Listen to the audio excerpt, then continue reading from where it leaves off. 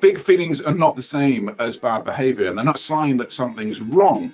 They are a perfectly natural reflection of your child's state of development. So today is a practical session aimed specifically at parents who are thinking about Edge Academy for year 3 and want to understand concretely what that actually looks like for a young child.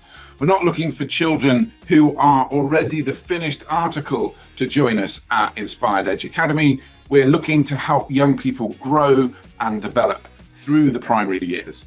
So today, 3 big ideas. First, big feelings are not bad behavior.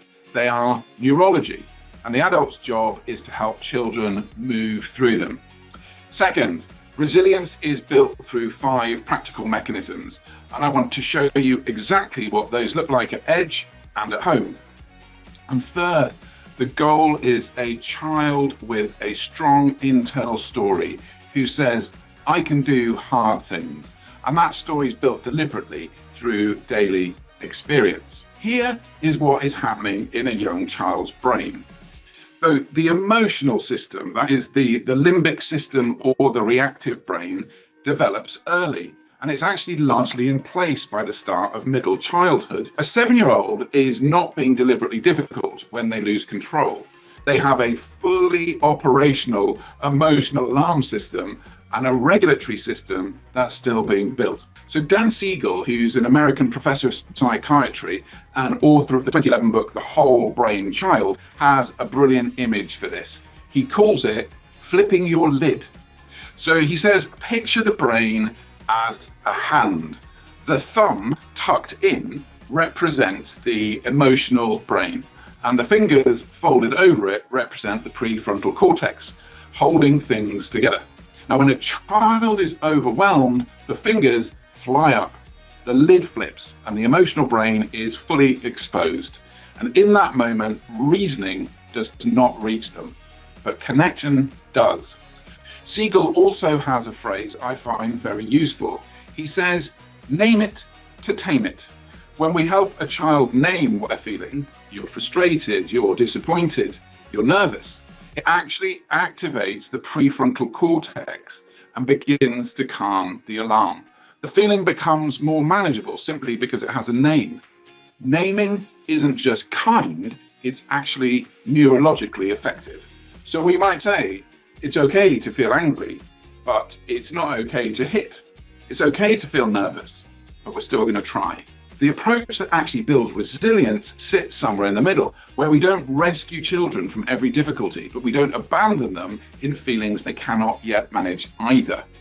Instead, we use 3 steps: connect, name, return. So connect with your child first. I can see that this is really hard. Name what's happening. You're frustrated because it isn't working yet. And then, when the child is calmer, you can return to them and give them the challenge. Let's try again. What could we do differently? This isn't a counseling technique. It's what every teacher at Edge is trained to do. The 5 key mechanisms that I want to share with you today work together in what I think of as a resilience loop. So a child meets a challenge. They have a feeling. An adult supports but doesn't remove the challenge. The child, your child, or a child in our classroom, tries again. They complete something, that achievement is noticed, and crucially, their internal story changes just a little each time. So, mechanism number 1 is about safe struggle. Children need to experience things that are difficult but not overwhelming. If everything's too easy, children build comfort, but not resilience. And if everything's too hard, they build anxiety. The sweet spot is safe struggle, manageable difficulty with a trusted adult nearby. A child, for example, may be learning to tie their shoelaces. They've been trying for 10 minutes. They're frustrated. Now, I've been there, I have 2 sons. The temptation is simply to do it for them. You're already late and it's only going to take you about 5 seconds. But the resilience building response is, listen, you've got that first loop, that's the hard part. Now I can hold on to that bit while you make the second loop. Then the laces get tied and your child, your son or daughter, has actually tied them themselves and not you. Mechanism 2 is about supported independence. So young children become resilient when they experience themselves as genuinely capable, not theoretically capable, but actually capable of doing something. If adults always carry the bag, speak for the child, solve the argument, then the child receives a hidden message. You're not yet someone who can do things. Mechanism 3, completion over time. Resilience requires a slower rhythm. It requires children to learn that I started this, I found it hard, I came back to it, and I finished it. We're not asking for adult level focus. We're building the habit of return, because resilience is often not dramatic. Often resilience is actually quite boring. It's coming back to the same thing, tolerating not being brilliant immediately, learning that progress comes in small steps. Mechanism 4, non-academic success. We need our children to experience success in many forms, not as a consolation prize, but as real achievement. Because practical capability builds confidence, and confidence feeds back into academic learning. A child who thinks I can learn things is more willing to tackle difficulty. A child who thinks I'm useful stands taller. So the 5th mechanism for building resilience is all around visible achievement. Adults can hold progress in their heads, however, whereas young children typically need it to be concrete. They need the badge, the certificate, the finished model, the photograph, the performance, and/or the adult saying, hey, look what you can do now. This isn't superficial. A portfolio of visible progress says my effort has a record. A certificate says other people noticed. A presentation says I made something real and I stood up for it. And a photograph says this happened and I was part of it.